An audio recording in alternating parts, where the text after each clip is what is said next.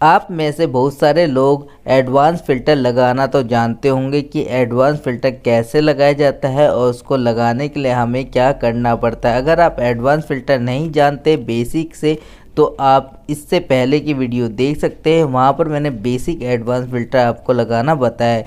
इस वीडियो में मैं आपको एडवांस फ़िल्टर को डायनेमिकली यूज़ कैसे करते हैं ये आपको मैं इस वीडियो में बताऊँगा। तो यहाँ पर देखिए, यहाँ पर टेबल दे रखी है जिसमें आईडी नेम डेजिग्नेशन और डिपार्टमेंट है। अगर मैं इस टेबल में कहीं पर भी कोई भी डेटा ऐड करूँगा तो वो ऑटोमेटिकली इस टेबल में काउंट हो जाएगा और टेबल में काउंट होकर इस डिपार्टमेंट में जो भी मैं डिपार्टमेंट डालूँगा उसके अकॉर्डिंग यहाँ पर डेटा फैच कर लेगा। चाहे वो मैं इसके बाद कोई सा भी डेटा डालूँ वो भी यहाँ पर फैच करेगा। अगर उसका डिपार्टमेंट यहाँ पर है तो एडमिन अगर डिपार्टमेंट है तो यहाँ पर फैच करेगा। अगर आईटी यहाँ पर डिपार्टमेंट तो आईटी वाला डेटा यहाँ पर फैच करेगा। जैसे यहाँ पर मैं क्या करता हूँ, यहाँ पर मैं आईटी डाल देता हूँ। देखिए यहाँ पर अगर मैं आईटी डालूँगा तो आईटी का डेटा आ जाएगा। आईटी का डेटा डालने के बाद यहाँ पर मैं गेट डेटा पे क्लिक करूँगा तो यहाँ पर आईटी आ चुका है। आईटी के जितने भी एम्प्लॉयज़ है सबकी डिटेल आ चुकी है।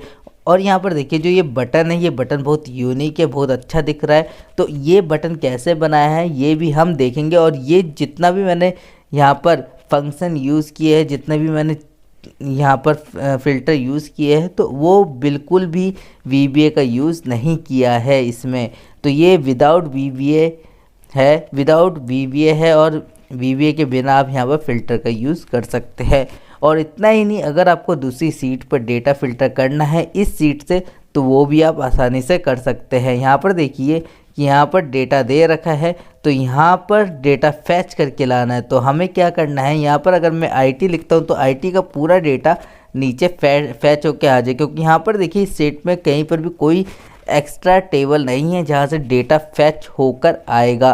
तो यहाँ पर मुझे जो डेटा लाना है इस वाली सीट से लाना है ताकि डेटा वहाँ पर एग्जैक्ट फैच होकर आए। तो यहाँ पर मैं क्या करूँगा कि गेट डेटा पे क्लिक करूँगा तो देखिए आईटी का डेटा आ गया है जो कि इस वाली सीट में है। और इसमें एक और चीज़ कर सकते हैं आप, अगर यहाँ पर आईटी में अगर आप डेजिग्नेशन भी देते तो डेजिग्नेशन के अकॉर्डिंग भी ये डेटा फैच करके लाएगा। जैसे यहाँ पर मैनेजर लिखा है और आईटी में यहाँ पर देखिए आईटी में एक मैनेजर है रघु नाम का। तो यहाँ पर गेट डेटा करता हूँ तो यहाँ पर देखिए रघु जो मैनेजर है आईटी डिपार्टमेंट में वो यहाँ पर आ चुका है। तो ऐसे आप डेटा फ़िल्टर कर सकते हैं, चाहे आप चारों कॉलम को फिल कर सकते हैं या आप एक कॉलम को, दो कॉलम को, जितनी आपकी रिक्वायरमेंट उन कॉलम्स के थ्रू आप डेटा फैच कर सकते हैं इजी वे में। तो ये टॉपिक बहुत ज़्यादा इम्पोर्टेंट है और ये जानना बहुत ज़्यादा ज़रूरी है। तो आइए सीखते हैं कि इन सब का यूज़ हम कैसे करते हैं। अगर हमको फ़िल्टर करना है तो हम कैसे ला सकते हैं मल्टीपल डेटा को। तो आइए जानते हैं और स्टार्ट करते हैं। जैसा कि आप देख पा रहे हैं यहाँ पर टेबल दिया गया है, सेम डेटा हमारे पास है। अब यहाँ पर मैं आपको बताऊंगा कि मैंने इसमें क्या किया है। तो सबसे पहले मैंने डेटा को सिलेक्ट करके Ctrl+T के साथ पूरा मैंने डेटा सिलेक्ट किया है जिस डेटा में से हमें फ़िल्टर लगाना है। तो इस डेटा को मैंने सिलेक्ट किया और Ctrl+T के साथ पहले इसको मैंने टेबल में कन्वर्ट किया है। जो आप इंसर्ट में जाके यहाँ पर टेबल में कन्वर्ट करेंगे तो टेबल में आ जाएगा। मैं दिखाना चाहूँगा कि अगर मैं इसको टेबल में कन्वर्ट करना चाहूँ तो Ctrl+T दबाऊँगा, Ctrl के साथ T, तो ये आपका डेटा की जो रेंज है जो आपने सिलेक्ट किए वो उठा लेगा। उसके बाद आपको माई टेबल हैज़ हेडर में सिलेक्ट करना है ताकि जो आपका सबसे फर्स्ट रो होगी उसको ये हेडिंग ले लेगा। तो जैसे ही आप ओके करेंगे, देखिए ओके किया तो ये टेबल बन चुका है। तो सेम आप यहाँ पर भी कर सकते हैं। ये पहले से मैंने टेबल बना रखी है इसलिए इसने यहाँ पर कोई टेबल का ऑप्शन नहीं दे रहा है। अगर मैं इसको टेबल से हटा दूंगा तब ये टेबल का ऑप्शन देगा। तो पहले इसको टेबल में कन्वर्ट करना है। टेबल में कन्वर्ट करने के बाद इस टेबल को एक नेम असाइन करना है। तो नेम कहाँ से असाइन करेंगे, नेम आप यहाँ से असाइन करेंगे। यहाँ पर जो नेम देंगे वो टेबल का नेम हो जाएगा। बेसिकली मैंने इस टेबल का नाम दिया है ABCD। तो आप इस टेबल का नाम पूरे रेंज को सिलेक्ट करके यहाँ से आप दे सकते हैं। इसके बाद आपको क्या करना है, जैसे ही आपने टेबल का नाम दिया उसके बाद आपको मैक्रो रन करना है। तो मैक्रो आप यहाँ से रन कर सकते हैं। व्यू में जाइए, व्यू में जाने के बाद मैक्रोज का एक ऑप्शन आता है, उस पर क्लिक कीजिए। बेसिकली आपको बताना चाहूँगा कि मैक्रो किस लिए यूज़ किया जाता है। मैक्रो हम तब यूज़ करते हैं जब हमें मल्टीपल काम एक साथ बार बार करने पड़ते हैं। मान लीजिए जैसे मुझे एक फॉर्मूला लगाना है वी लुकअप का और वो बार बार रिपीट हो रहा है, तो उस कंडीशन में मुझे मैक्रो लगाना पड़ेगा। तो मैक्रो क्या करता है कि हमारा जितना भी डेटा, जितना भी हम एक्शन करते हैं वर्कबुक में, वो सब रिकॉर्ड करता है, क्योंकि तभी यहाँ पर मैक्रो के अंदर रिकॉर्ड मैक्रो का ऑप्शन आ रहा है। जैसे हम रिकॉर्ड मैक्रो को अनेबल करते हैं तो उसके बाद जो भी हम काम करते हैं एक्सेल पे वो सब रिकॉर्ड होता है। और जब हम मैक्रो को स्टॉप करने के बाद रन करते हैं तो जो भी हमने काम किया होता है एक्सेल पर वो सब सीक्वेंस वाइज रन होता है। तो यहाँ पर देखिए मैंने टेबल सिलेक्ट किया, इसको टेबल में कन्वर्ट किया। टेबल में कन्वर्ट करने के बाद मैंने टेबल का नेम दिया, यहाँ पर मैंने टेबल का नाम दिया। उसके बाद अब मैं करता हूँ मैक्रोस। तो यहाँ पर मैं मैक्रोस का ऑप्शन करता हूँ अनेबल रिकॉर्ड मैक्रोस। तो यहाँ पर क्या पूछे सबसे पहले कि मैक्रो का नाम क्या होना चाहिए। तो मैं मैक्रो का नाम दे देता हूँ मैक्रो 100। मैक्रो 100 देने के बाद यहाँ पर पूछा गया है कि शॉर्टकट की क्या डालेंगे आप। तो यहाँ पर कुछ भी शॉर्टकट की मैं डाल सकता हूँ, पर याद रखिएगा यहाँ पर न्यूमेरिकल वैल्यू नहीं आनी चाहिए। इसके बाद यहाँ पर पूछा गया है कि स्टोर मैक्रो, किस में मैक्रो स्टोर करना चाहते हैं। पर्सनल मैक्रो वर्कबुक जो जिसमें मैक्रो यूज़ होते हैं, न्यू वर्कबुक या दिस वर्कबुक। तो मुझे इस वर्कबुक में करना है, तो मैं दिस वर्कबुक सिलेक्ट करूँगा और ओके कर दूंगा। तो ये देखिए मैक्रो स्टार्ट हो गया। अब मैं जो भी काम करूँगा इस पर वो सब रिकॉर्ड होगा। तो यहाँ पर मैं डेटा में जाता हूँ, डेटा में जाने के बाद एडवांस पे जाता हूँ।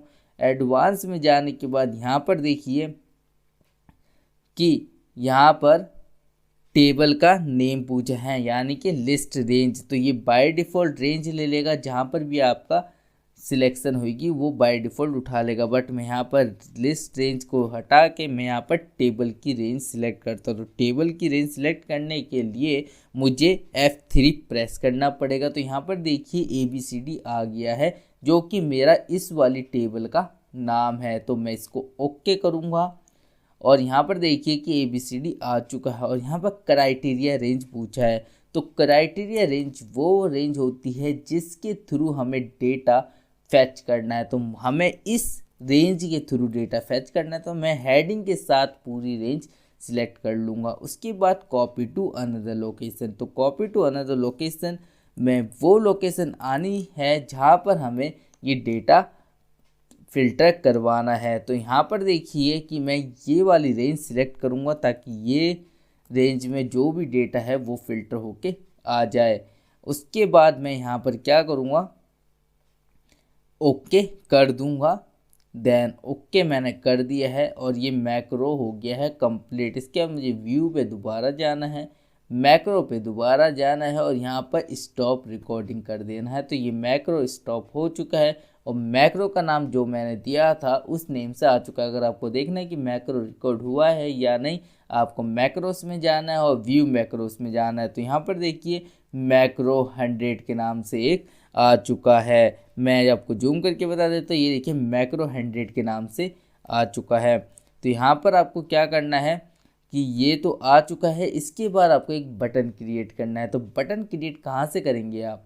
बटन क्रिएट करने के लिए आपको यहाँ पर इंसर्ट में जाना पड़ेगा। इंसर्ट में जाने के बाद आपको शेप्स में जाना पड़ेगा। यहाँ पर डिफरेंट शेप्स मिल रहे हैं, आप कुछ भी शेप ले सकते हैं। इसमें मैं ये वाला शेप ले लेता हूँ और इसको यहाँ पर मैं डाल देता हूँ। यहाँ पर मैंने डाल दिया है। इसके बाद ये शेप तो आ रही है बट इसमें कुछ लिखा हुआ नहीं आ रहा है। अगर मुझे इसमें कुछ लिखना है तो मुझे यहाँ पर राइट क्लिक करना पड़ेगा और यहाँ पर मुझे एडिट टेक्स्ट का ऑप्शन आ रहा है, जिसके थ्रू मुझे ये एडिट करना पड़ेगा। तो मैं यहाँ पर एडिट टेक्स्ट कर देता हूँ और यहाँ पर टेक्स्ट लिख देता हूँ गेट डेटा, या आप कुछ भी टेक्स्ट लिख सकते हैं। तो यहाँ पर मैं लिख देता हूँ गेट डेटा।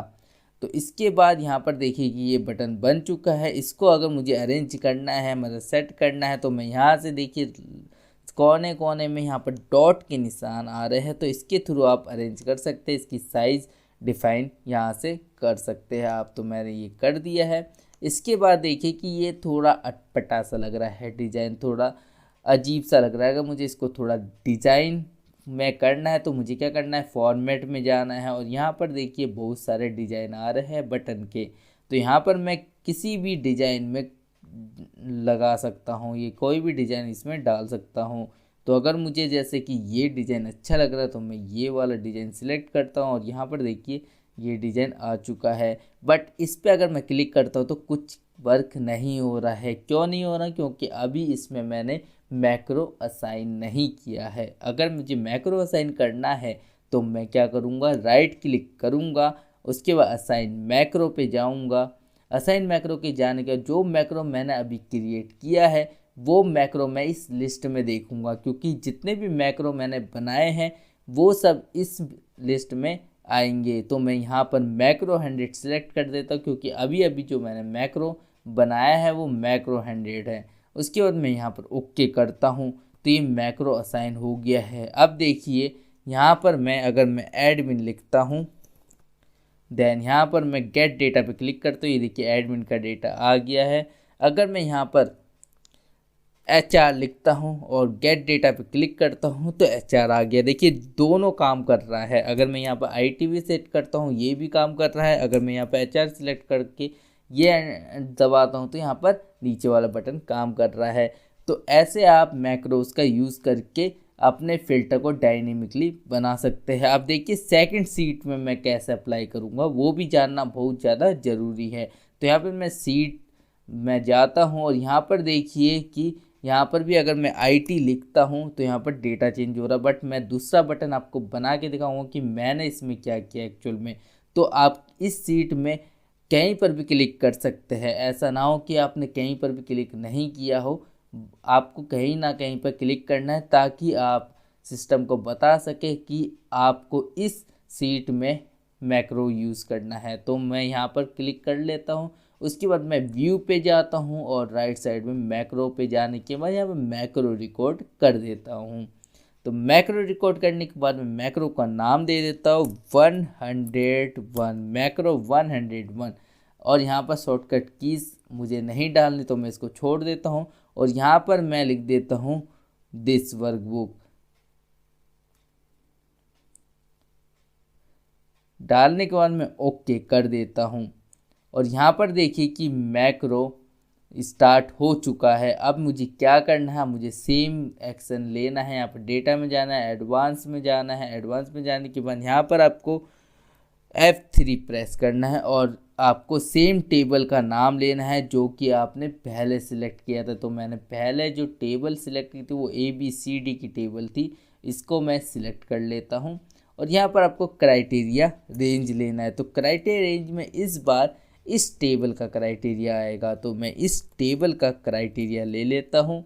इसके बाद देखिए, इसके बाद यहाँ पर कॉपी टू अनदर लोकेशन पे क्लिक करना है। अगर नहीं किया तो ये किसी दूसरी लोकेशन में कॉपी नहीं होगा। इसके बाद अगर आपको जिस लोकेशन में कॉपी करना है वहाँ पर आपको उस रेंज को सिलेक्ट करना है। तो यहाँ पर मैं इस रेंज को सिलेक्ट कर लेता हूँ क्योंकि मुझे इसके नीचे डेटा चाहिए। उसके बाद मैं यहाँ पर ओके करता हूँ तो ये हमारा एडवांस फ़िल्टर हो चुका है, अप्लाई हो चुका है और जो कि मैक्रो में स्टोर हो चुका है। यहाँ पर अब मैं जाता हूँ व्यूज़ में, मैक्रो में जाने का मैक्रो को स्टॉप कर देता हूँ। तो देखिए मैक्रो स्टॉप हो चुका है। और मैक्रो अगर देखना है कि क्रिएट हुआ है या नहीं हुआ, दोबारा मैं व्यू मैक्रो पे जाता हूँ और यहाँ पे देखिए मैक्रो 101 क्रिएट हो चुका है। और इसको मुझे अगर किसी बटन के थ्रू रिप्रेजेंट करना है तो मुझे यहाँ पर जाना पड़ेगा इंसर्ट में जाने के बाद शेप में जाना पड़ेगा और यहाँ पर मैं किसी भी शेप को सिलेक्ट कर लेता हूँ और यहाँ पर मैं इसको ड्रैग कर देता हूँ। देखिए ये आ चुका है। इसके बाद मुझे टाइप करना है तो सेम करना पड़ेगा, हमें एडिट टेक्स्ट पे जाना पड़ेगा, राइट क्लिक करके उसके बाद हम यहाँ पर लिख देते हैं गेट डेटा। गेट डेटा लिखने के बाद आपका ये काम नहीं करेगा, आपको इसमें मैक्रो असाइन करना पड़ेगा। तो मैक्रो असाइन करने के लिए आपको राइट क्लिक करना है और असाइन मैक्रो पे जाना है। जैसे असाइन मैक्रो पे जाएंगे और यहाँ पर देखिए मैक्रो 101 आ रहा है, तो 101 आ रहा है तो इसको सिलेक्ट करके यहाँ पर ओके कर देना है। जैसे ही ओके करेंगे तो यहाँ पर मैक्रो असाइन हो गया है, बट मैक्रो रन करने से पहले इसका थोड़ा फॉर्मेट चेंज कर लेते हैं। यहाँ पर जाएंगे फॉर्मेट में और यहाँ पर इसका फॉर्मेट चेंज कर लेते हैं। तो देखिए कौन सा फॉर्मेट इसमें अच्छा लगता है, तो ये वाला फॉर्मेट हम ले लेते हैं। तो ये देखिए बटन का फॉर्मेट तैयार हो चुका है। अगर मैं इस पर कुछ भी क्लिक करता हूँ तो ये मैक्रो रन होगा। जैसे कि मैं यहाँ पर एडमिन लिखता हूँ और यहाँ पर क्लिक कर देता हूँ तो देखिए एडमिन का डेटा आ गया है। अगर मैं यहाँ पर आईटी लिखता हूँ और गेट डेटा पे करता हूँ तो आईटी आ चुका है। अगर मैं आईटी में जिसकी डेजिग्नेशन एग्जीक्यूटिव है वो बंदा चाहिए तो मैं यहाँ पर गेट डेटा क्लिक करता हूँ। ठीक है, तो ऐसे आप इसका यूज़ कर सकते हैं। और एक और चीज़, अगर मैं नेम के थ्रू भी देखता हूँ तो नेम के थ्रू भी आ जाएगा। अगर मैं रघु देखता हूँ आईटी में रघु कौन है, रघु नाम के कितने कैंडिडेट है, कितने एम्प्लॉय है, तो उसके लिए भी मैं देख सकता हूँ। यहाँ पर देखिए रघु नाम के कैंडिडेट आ चुके हैं, एम्प्लॉय आ चुके हैं। तो ऐसे में एडवांस फिल्टर का यूज़ कर सकते हैं। अगर एक और चीज़ इसमें है कि अगर यहाँ पर आपको एक और डेटा ऐड करना है, जैसे आपने कर दिया यहाँ पर 12 आईडी नंबर, यहाँ पर आपने दे दिया राजा, यहाँ पर दे दिया मैनेजर और यहाँ पर दे दिया आपने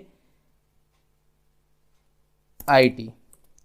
इसके बाद अगर आपको ये वाली लास्ट वाली रो मैं डिलीट कर देता हूँ। इसके बाद अगर आपको डेटा गेट करना है आईटी का तो यहाँ पर मैं आईटी लिख देता हूँ। तो आईटी में देखते हैं कि राजा आता है या नहीं, तो गेट डेटा, देन यहाँ पर देखिए कि राजा आ चुका है। सेम यहाँ पर भी अगर हम गेट करते हैं तो उसमें भी राजा आ चुका है। अब देखिए दूसरी सीट में आया है या नहीं, हम इस वाली सीट पे देखेंगे कि राजा आया है या नहीं। देखिए मैं यहाँ पर रघु हटा देता हूँ, आईटी के जितने भी कैंडिडेट है वो सब यहाँ पर फैच होने चाहिए। तो यहाँ पर गेट डेटा करते हो, यहाँ देखिए राजा आ चुका है। तो आप जितने भी डेटा एंटर करेंगे उसके नीचे सब डेटा यहाँ पर फिल्टर होके आ जाएंगे। तो ऐसे आप एडवांस फिल्टर का यूज़ कर सकते हैं डायनेमिकली। तो आई होप आपको ये वीडियो अच्छी लगी होगी और समझ में आ गया होगा कि अगर हमें फ़िल्टर डायनेमिकली यूज़ करना है तो हम कैसे कर सकते हैं। अगर ये वीडियो आपको अच्छी लगी तो प्लीज़ लाइक कीजिएगा, शेयर कीजिएगा, सब्सक्राइब करना मत भूलिएगा। तो आज के लिए tata bye bye, take care, see you.